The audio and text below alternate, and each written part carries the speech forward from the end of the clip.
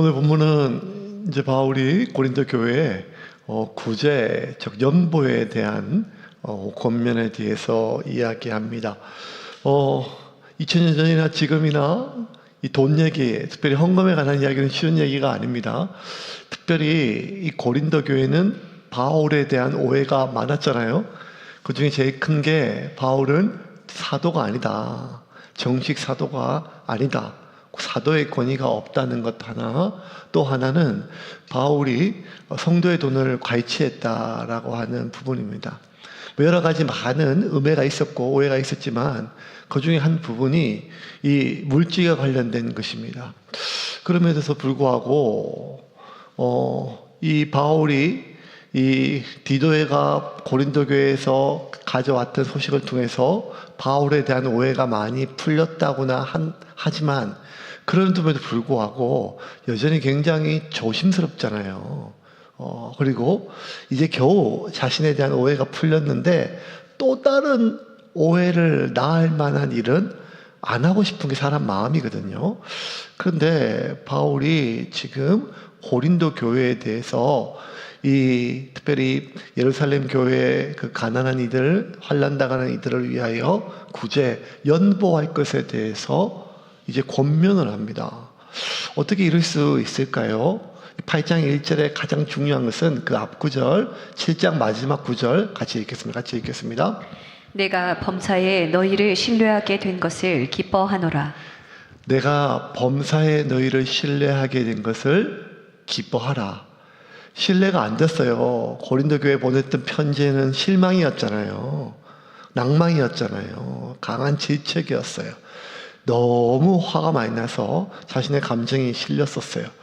그래서 바울이 그 편지 보낸 것 후회했다 그러잖아요. 오히려 그것이 자신이 보낸 편지가 고린도 교인들에게 위로가 되기는커녕 근심하게 만들었으니까요. 그런데 성령께서 그 근심을 사용하셔서 이 고린도 교인들이 바울에 대한 오해가 더 깊어지고 관계가 틀어진 것이 아니라 그들이 하나님을 향하여 회개할 기회가 되었습니다. 그리고 그 하나님으로 하나님께 다시 한번 마음을 다잡았을 때 그 근심을 통하여 바울에 대한 모든 오해가 풀렸을 뿐만 아니라 바울을 염려하고 걱정하고 바울에 대하여 기도하는 그 귀한 마음들이 회복되었습니다. 이런 이야기들을 바울이 디도를 통해서 다 들었어요. 다 듣고 보니까 바울이 이제는 참 바울이 고린도 교인들에 대한 신뢰가 갔어요. 만약 자기에 대한 오해가 있어서 바울이 주구장창 그 변명, 설명, 그리고 난 여전히 당신들을 좋아하고 당신들을 위해서 이렇게 헌신했고 당신들이 여전히 나한테 이렇게 귀하다 이렇게 사람들의 좀 마음을 다독거리려는 편지를 보냈더라면 조심스러울 수 있겠죠. 마음이 다행스럽게 오해가 풀렸더라도. 그런데 그런 위로하고 그들을 또 부드럽게 감싸주는 편지가 아니라 강하게 질책하고 책망하고 근심케 하는 그러한 내용임에도 불구하고 고린도 교회가 그 내용을 잘 소화했어요. 그리고 받아들였어요. 그리고 그들이 오히려 자신의 잘못을 돌아봤어요. 이러기가 굉장히 어렵다 그랬죠. 쉽지 않거든요. 이런 일이 일상에 있어서 자주 일어날 수는 없어요. 우리가 인간관계를 하더라도 10번을 잘하더라도 한 번 서운하면 그 한 번 서운한 것 때문에 10번 잘한 게 다 없어지는 게 인간 사이의 문제예요. 부모와 자식 간에도 그래요. 부모와 자식 간에도 그래요. 그러니까 부모가 애지중지 그렇게 10번을 잘해도 한 번 잘못하면 부모 입장에서 잘못도 아니에요. 그런데 그걸 기억해가지고 상처받았다느니 온갖 얘기 다 하거든요. 물론 이제 받았던 상처는 각자 자신의 입장이 다를 수 있지만 그 말은 아무리 내가 내 것을 쏟아붓고 사랑을 베푸고 그것이 나의 가장 소중한 자식이라 할지라도 인간관계란 것이 쓴소리, 싫은 소리, 아픈 소리 이런 얘기를 들으면 그것이 서운함이 되고 서운함이 좀 발달되면 오해가 되고 오해가 막 섞기 시작하면 이제는 관계가 깨어지고 단절되기 마련이거든요. 그런데 바울과 고린도 교인들이 바울은 자신이 마음으로 가슴으로 고린도 교인을 낳았다 할지라도 그 바울의 그 편지가 소화하기 어려운 내용인데 고린도 교인들이 그걸 다 받았어요. 그리고 잘 소화했어요. 그리고 바울에 대한 오해가 풀렸다는 것을 넘어 바울이 기뻐했던 건 뭔가 하면 이들이 이제 성장하였구나. 내가 심은 그 말씀이 다 날아간 것이 아니라 그들의 심령 가운데 뿌리를 내려 이제는 열매를 맺었구나. 그래서 이제는 바울이 고린도 교회의 성도들을 범사에 모든 일에 신뢰할 수가 있었어요. 다시 한번 읽어볼까요? 7장 16절 같이 읽겠습니다. 내가 범사에 너희를 신뢰하게 된 것을 기뻐하노라. 그러니까 신뢰, 이게 참 어려워요. 근데 신뢰할 수 있게 되었어요. 이제 바울이 고린도 교인들을 신뢰할 수 있게 되자 바울의 마음속에 고린도 교인들은 이제 사역의 대상이 아니라 동력의 대상이 되었어요. 이게 중요해요, 여러분. 내가 사랑해요. 내가 내 몸을 불사르게 내어줘요. 그래도 신뢰할 수 없는 사람들이 태반이에요. 내가 신뢰할 수 없다고 그 사람을 사랑하지 않는다는 게 아니에요. 내가 사랑하지만, 내가 아끼지만 신뢰할 수 없다니까요. 신뢰는 그 사람이 믿음과 인격이 성숙해야 내가 신뢰할 수 있기 때문에요. 사람이 좋을 때 잘하는 것은 언제나 누구나 그래요. 그런데 조금 서운해도 조금 불편해도 늘 자신이 지켜야 될 그 태도와 그 감정의 선을 지키는 것은 이거는 성숙하지 않으면 안 되는 거거든요. 바울에게 있어서 고린도 교인들은 정말 사랑의 대상이었어요. 바울이 자신의 모든 것을 쏟아 부었다고 하잖아요. 진액을 쏟아 부었어요. 가슴으로 낳은 자식이에요. 하지만 신뢰하지는 못했어요. 왜? 조금만 뭐가 흔들려도 바울에 대한 마음도 흔들리고 바울이 심은 말씀도 같이 흔들렸어요. 그런데 이제 바울이 봤을 때 이렇게 힘들고 어려운 말도 자신에게 받아들이고 수용하고 소화하고 그리고 성장한 것을 봤을 때 바울에게 있어 이제 고린도 교인들은 사역의 대상을 넘어 동력의 대상이 되었다는 거예요. 결국 예수님께서 우리에게 너희는 가서 모든 민족으로 제자를 삼아 아버지와 아들과 성령의 이름으로 세례를 주고 내게 분부한 모든 것을 가르쳐 지키게 하라. 복음을 전하는 것을 넘어서 우리가 제자 삼는 것이 우리의 목적이거든요. 제자 삼는다는 것은 교회에서 목사님이 어떤 교육자들이 훈련 이런 과정 이게 아니라 그냥 우리가 복음을 전했고 내가 그 마음으로 품었고 몇 년 동안 또 수년 동안 관계하면서 믿음으로 내가 낳은 그런 사람들이 있잖아요. 그 사람들 관계 속에서 내 DNA가 그대로 흘러가요. 그대로 흘러가요. 제가 보니까 11조를 가르친다고 되는 게 아니더라고요. 11조를 하는 성도를 보고 배우더라고요. 기도를 가르친다고 기도가 되는 게 아니더라고요. 기도하는 집사님에 따라 기도하게 되더라고요. 그러니까 사람은 들은 대로 변하는 것이 아니라 본 대로 변하는 거죠. 결국 우리가 열심히 품고 또 그 사람의 태도에 따라서 우리가 상처를 받기도 하고 마음속으로 역시 사람은 사랑의 대상이지 신뢰의 대상이 아니야 이런 말 여러 번 하지만 그럼에도 불구하고 우리의 목표는 그를 예배당에 앉혀놓는 것 이상의 것이죠. 그것은 무엇인가 하면 제자 삼는 것인데 너는 이제 내 제자다라고 하는 그러한 딱지를 붙이는 것이 아니라 나의 DNA가 흘러가는 거죠. 나의 기도, 나의 믿음, 나의 신앙, 나의 헌신 그것이 아니겠습니까? 그럴 때 결국에 어느 순간 이제 이 사람이 나의 섬김의 대상, 나의 헌신의 대상, 나의 돌봄의 대상에서 이제 나의 동력의 대상이 되었다 했을 때 정말 든든하고 뿌듯할 때가 있어요. 여러분 다 경험해보지 않았어요? 아니 아직까지 헌신의 대상만 있지 동력의 대상은 멀었어요. 아직도 내 피만 쪽쪽쪽 빨아먹어요. 바울은 고린도 교인이 그렇게 생각했는데 고린도 교인들을 이제 신뢰하게 되었어요. 사랑을 넘어서. 그리고 신뢰가 어떤 부분이 아니라 범사에 이제 모든 것에 내가 신뢰하게 되었어요. 그래서 고린도 교인은 바울에게 사역의 대상, 섬김의 대상, 헌신의 대상을 넘어 동력의 대상이 되었어요. 그 동력의 대상이 되었을 때 바울이 제일 먼저 고린도 교인들에게 꺼낸 얘기가 뭔가 하면 헌금 얘기예요. 너무 속 보이나요? 그런데 사실 여기서 우리가 좀 봐야 될 게, 오늘은 헌금, 히브리 헬라어로 도론이라고 하는데, 헌금은 하나님께 감사함으로 드리는 것이 헌금이고, 오늘 본문에는 연보라고 그랬어요. 연보.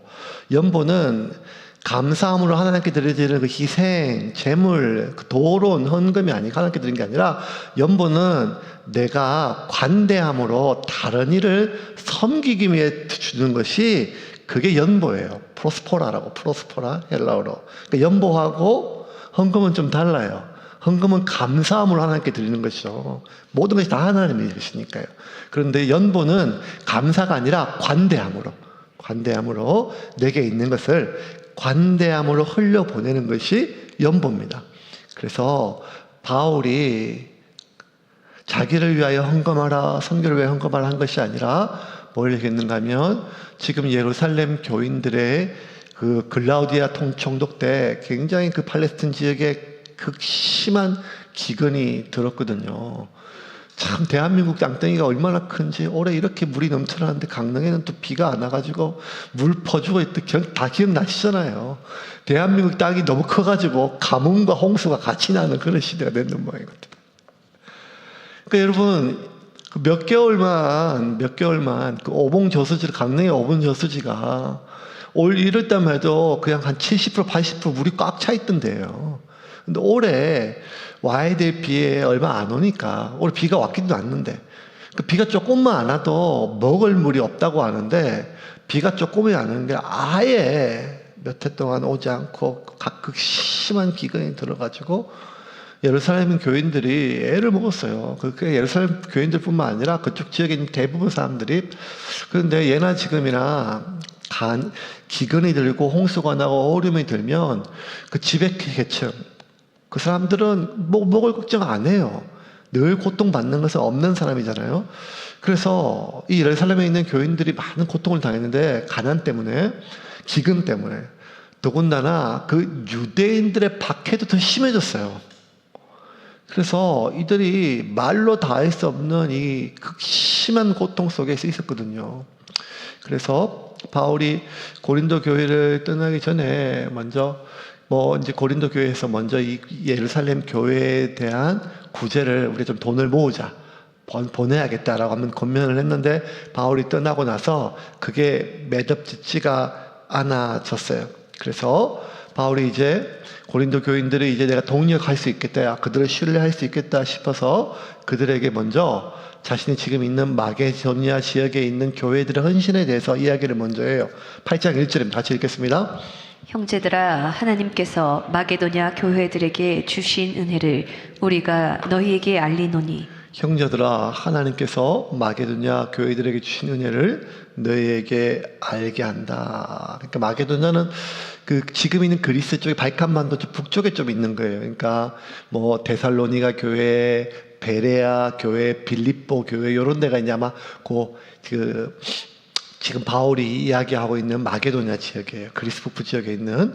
그러니까 이 지역에 있는 교회들이 지금 자발적으로 먼저 시작은 고린도 교회에서 먼저 돈을 모으기 시작했는데, 지금 그쪽에 보낸 것은 이 마게도냐 지역에 있는 교인들이 자발적으로 예루살렘에 있는 교인들에게 헌금을 보냈어요. 그런데 여러분, 여기서 우리가 하나 기억해야 될 거, 오늘 본문 중에 주신 메시지, 이 귀한 연보는요, 연보의 원칙이에요. 연보의 원칙은 풍성하면서 절대 나오지 않고 은혜 안에 있었어요.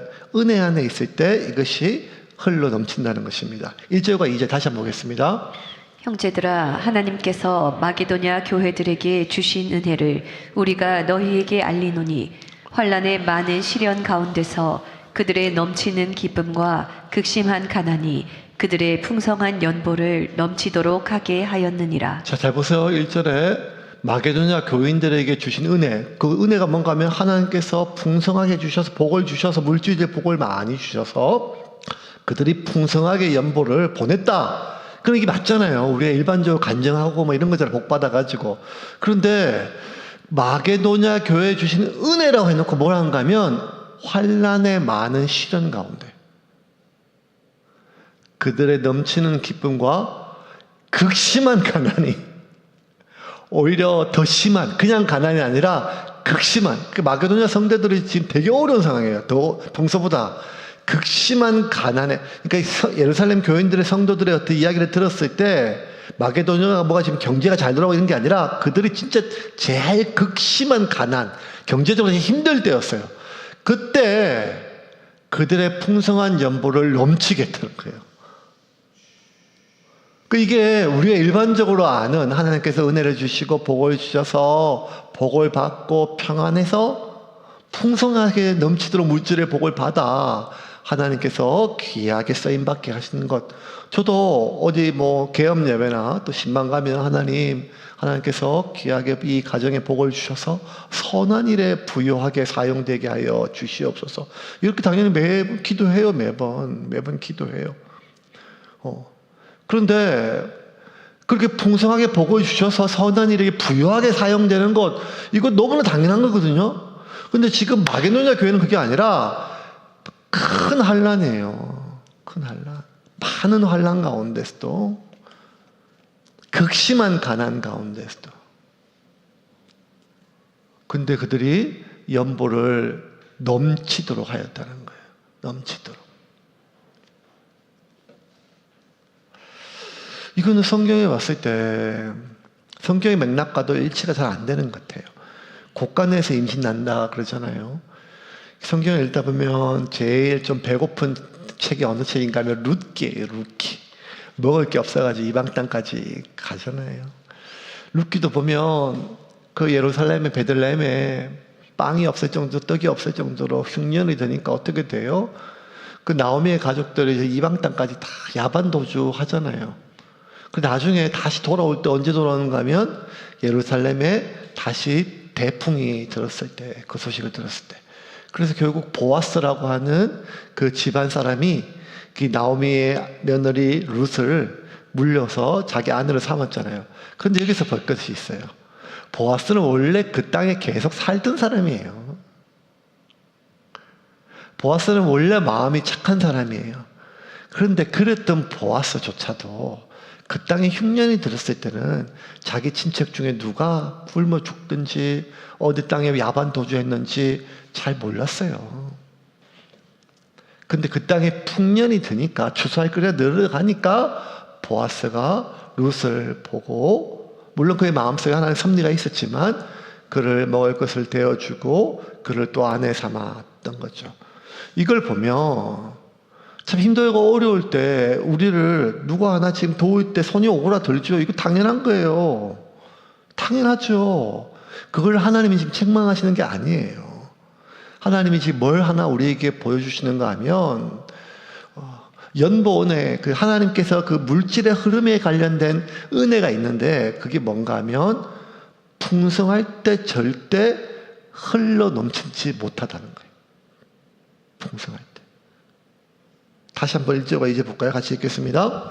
형제들아, 하나님께서 마게도냐 교회들에게 주신 은혜를 우리가 너희에게 알리노니 환난의 많은 시련 가운데서 그들의 넘치는 기쁨과 극심한 가난이 그들의 풍성한 연보를 넘치도록 하게 하였느니라. 여기서 이제 연보, 하나님의 연보의 중요한 원칙, 연보는요 우리가 무슨 기부하는 게 아니라는 거예요. 우리가 뭔가 좀 가난한 사람들 봤을 때, 또 우리가 뭔가 좀 책임감을 느껴졌을 때 그렇게 흘려보내는 그런 기부, 이런 기부는 꼭 교회가 아니라 모든 사람들 다 해요. 이제 나라도 그렇게 하잖아요. 나라도 하고 지역도 하고 다 한단 말이에요. 기부들요. 근데 그것을 가지고 지금 바울이 은혜라고 하지 않아요. 지금 뭔가 하면 우리가 하나님의 교회 안에서 하나님의 백성들 사이에 일어나는 은혜가 있는데, 은혜가 뭔가 하면 2절에 환난의 많은 시련 가운데, 환난의 많은 시련 가운데 넘치는 기쁨이라고 했어요. 넘치는 기쁨. 환란이 있을 때 슬픔이 많거든요. 시름 가운데 참 마음이 무너지는 절망이 많아요. 그런데 뭐가 은혜라고 하는가 하면 하나님의 은혜 안에 있을 때 환란이든 시련이든 그 안에 기쁨 속에 있을 수 있다는 거예요. 하나님의 은혜 안에 있을 때. 또 하나, 그가 하나님의 은혜 안에 있을 때는 극심한 가난이 있다 할지라도 오히려 그들이 풍성하게 연보를 넘치게 흘려보낼 수 있다는 거예요. 왜? 은혜 안에 있음을 본인들이 확인하기 때문에요.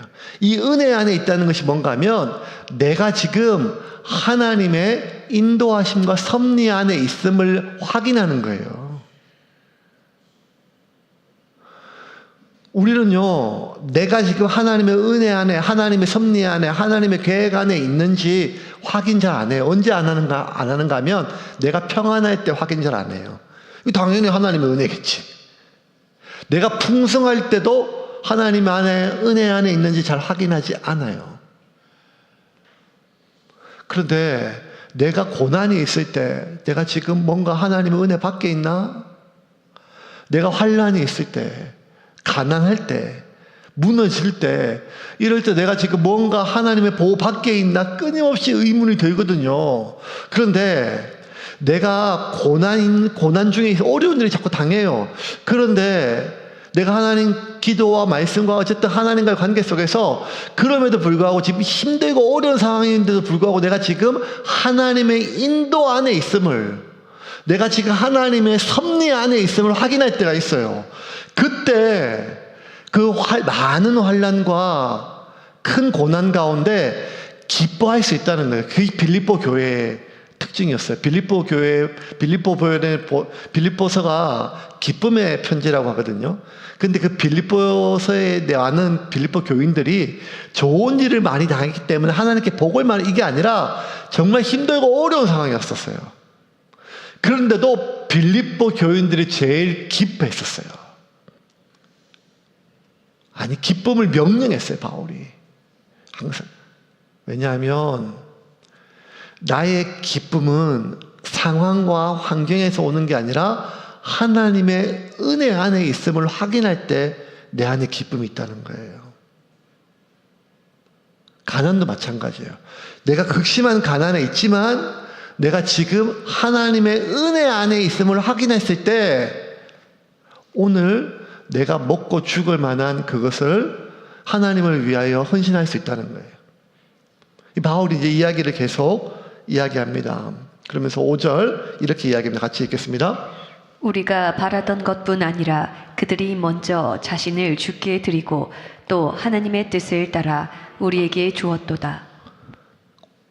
이 마게도냐 지역에 있는 빌립보, 데살로니가, 베레아 성도들이 어떻게 이렇게 했나? 이 연보의 두 번째 원칙, 하나님께 자신을 먼저 드린 사람이라는 거예요. 하나님께 먼저 자신을 드리고 또 하나님의 뜻을 따라 우리에게 주었다는 거예요. 이게 중요해요.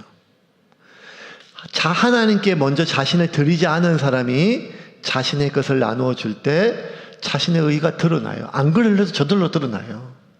이건 자기가 한 거예요. 그래서 하나님의 뜻을, 내가 하나님께 나를 온전히 드리지 못한 사람이 이 헌신하는 것, 이거 드리는 것도 자체도 귀하지만 기부 같은 거니까 내가 하나님께 내 자신을 온전히 드리지 못한 사람이 내 것을 누군가에게 흘려보냈을 때는요, 뭐 어떤 일이 생기는가 하면 그 사람의 태도에 따라서 내 마음이 상해요.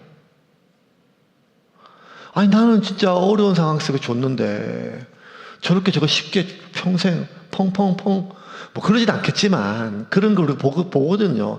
흔히 뭐 교회 안에서 뭐 구제했는데 그 돈을 뭘 샀다 뭐 한다 뭐 이런 얘기 뭐 우리 뭐 옛날에 교회다 보면 그런 얘기 좀 들리잖아요. 그것만 그런 게 아니라 지금 나라에서 무슨 민생 쿠폰 나오면 그걸로 뭐 고기 사 먹고 뭐 하고 뭐 이런 거 나오면 뭐 돈이 썩어 빠지나 이런 거 나온 것처럼 자신을 온전히 하나님께 드리지 않은 사람이 자신의 것을 무언가 누군가에 줬을 때 그것 때문에 기쁘기도 하지만 그 사람의 마음이 상할 수도 있어요. 왜냐하면 그것은 내가 그 사람한테 준 거예요. 그런데 내가 하나님께 온전히 내 자신을 드린 사람은 내가 그 사람에게 준 게 아니라 하나님의 것을 그에게 흘려보냈다는 거예요. 다시 한번 5절 볼까요? 같이 읽겠습니다. 같이 읽겠습니다. 우리가 바라던 것뿐 아니라 그들이 먼저 자신을 주께 드리고 또 하나님의 뜻을 따라 우리에게 주었도다. 자, 마게도냐 교인들이에요. 우리가 바라던 것뿐만 아니라 그들이 먼저 자신을 하나님께 드렸어요. 내가 하나님께 내 중심을, 내 삶을 온전히 드렸어요. 그러고 나면 그 사람이 하는 연보는 내가 이 사람에게 주는 것이 아니라 하나님이 내게 맡긴 것을 하나님의 뜻에 따라 흘려보내는 거예요. 그러면 이 사람의 태도와 이 사람의 결과와 상관없이 내 마음이 뿌듯하거나 무너지지 않는다는 거예요. 왜? 나는 하나님께 한 거니까요. 그래서 그게 연보라는 거예요. 내가 이 사람한테 준 건데 교회에다 한 게 아니잖아요. 근데 이 사람한테 준 건데도 이게 연보가 되는 거예요. 왜냐하면 연보는 하나님께 드리는 거니까요. 헌금은 내가 감사함으로 하나님께 드리는 것이고, 연보는 내가 관대함으로 내게 있는 것을 흘려보내는 것인데, 둘 다 연보나 프로스포라나 도론이나 경우에 따라서는 헌금으로 번역되기도 해요. 연보, 프로스포라도 헌금으로 번역되기도 하는데, 왜냐하면 그 프로스포라가 타인에게 줬지만 그의 마음속에는 내가 이미 내 삶을 하나님께 드렸기 때문에 내게 있는 것은 다 하나님의 것이에요. 그러니까 내 것을 그 사람에게 줬다고 생각하지 않는다는 거예요. 그냥 내게 주신 것, 하나님 내게 맡기신 것을 하나님이 원하는 대로 흘려보냈기 때문에 이 결과가 어떻게 쓰여지는지 간에 마음이 그렇게 상하지가 않아요. 이게 연보의 두 번째 법칙이라는 거예요. 하나님께 내 삶을 드리는 사람이 내 것이 아니라 하나님이 내게 맡긴 것을 하나님의 뜻에 따라 누군가에게 흘려보내는 거예요. 이 연보는 사랑에 자신이 하나님에 대한 사랑, 사람에 대한 사랑, 내 마음과 마음을 다하고 뜻을 다하고 목숨을 다하여 주 너의 하나님을 사랑하라. 그리고 이와 같이 내 이웃을 사랑하라.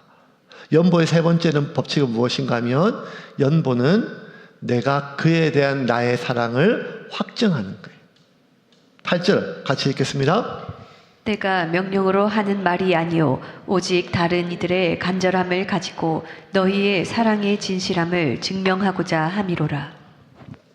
너의 사랑의 진실함을 증명하고자 함이라.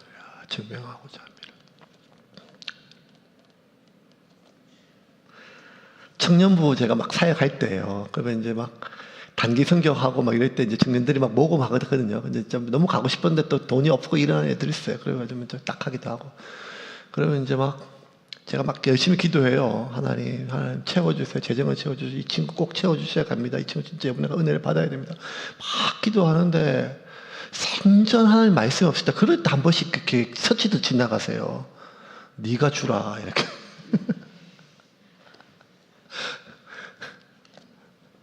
그런 말씀 들릴까봐 기도를 잘 못하겠어요.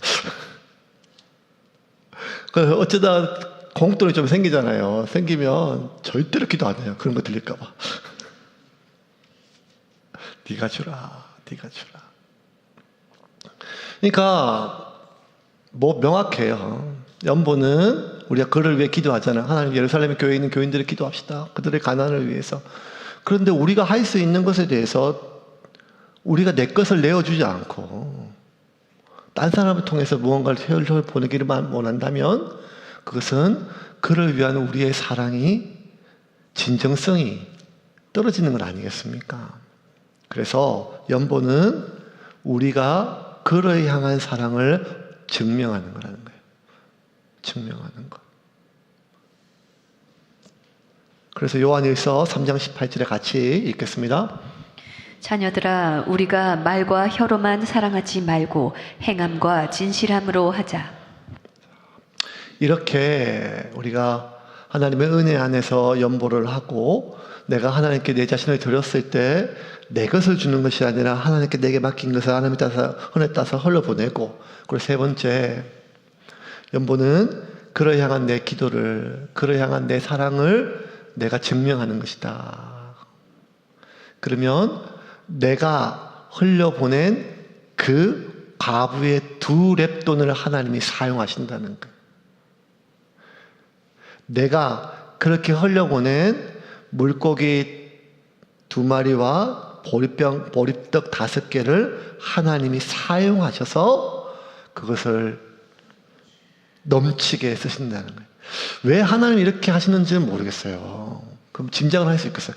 굳이 우리의 작은 하나님께서 마음만 먹으면 저 돌들을 통해서라도 아브라함의 자식이 되시게 하셨다거든요. 굳이 하나님은 우리의 헌신이 필요하지 않고, 굳이 하나님은 우리의 기도가 필요하지 않으세요. 하나님은 그냥 하시면 돼요. 그런데 왜 하나님은 우리를 헌신하게 하시고, 하나님은 왜 우리를 기도하게 하시는가? 이유는 하나밖에 없어요. 하나님은 그 하나님의 영광에 우리를 초대하기 위함입니다.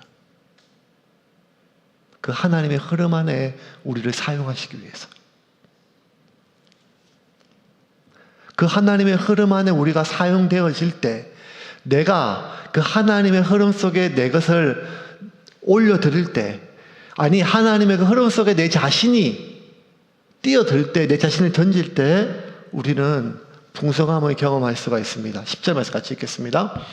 이 일에 관하여 나의 뜻을 알리노니 이 일은 너희에게 유익함이라. 너희가 1년 전에 행하기를 먼저 시작할 뿐 아니라 원하기도 하였은즉. 그렇게 작정을 했는데 뭐가 허지부지 됐어요. 바울에 대해서 오해도 생기고 뭐 이렇게 해가지고. 그런데 바울이 이제 그거 너희들이 작정한 것 매듭지어라는 거예요. 왜?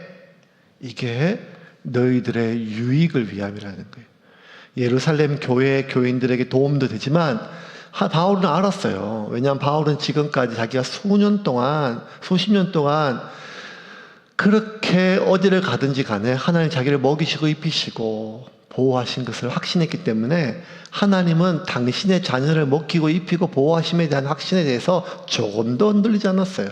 어떻게든지 하나님은 예루살렘 교인들을 살리시고 먹이시고 입히시고 보호하실 것을 누구보다 바울은 믿었어요. 그런데도 불구하고 바울이 고린도 교인들에게 너희들이 1년 전에 너희들이 먼저 시작한 그 일을, 그 작정을 이제 매듭지어라. 왜? 다시 10절 읽어볼까요? 같이 읽겠습니다. 이 일에 관하여 나의 뜻을 알리노니 이 일은 너희에게 유익함이라. 너희가 1년 전에 행하기를 먼저 시작할 뿐 아니라 원하기도 하였은즉. 너희에게 유익함이라는 거예요. 결국 바울이 다시 생길 수 있는 오해의 불씨를 무릅쓰고서 이 고린도 교인들에게 연보에 대해서 권하는 것은 예루살렘 교인들을 위함도 아니고 자신을 위함도 아니고 지금 자기가 있는 그 마게도니아 지역에 있는 교인들, 이 교인들을 위함도 아니에요. 그들을 자랑하기 위함도 아니에요. 오직 이 편지를 받는 고린도 교인들의 유익함을 위함이라는 거예요. 그 유익함이 뭔가 하면 그러할 때 너희들이 마르지 않는다는 거예요. 이제 말씀을 정리하겠습니다. 하나님께서 우리에게 복을 주시죠.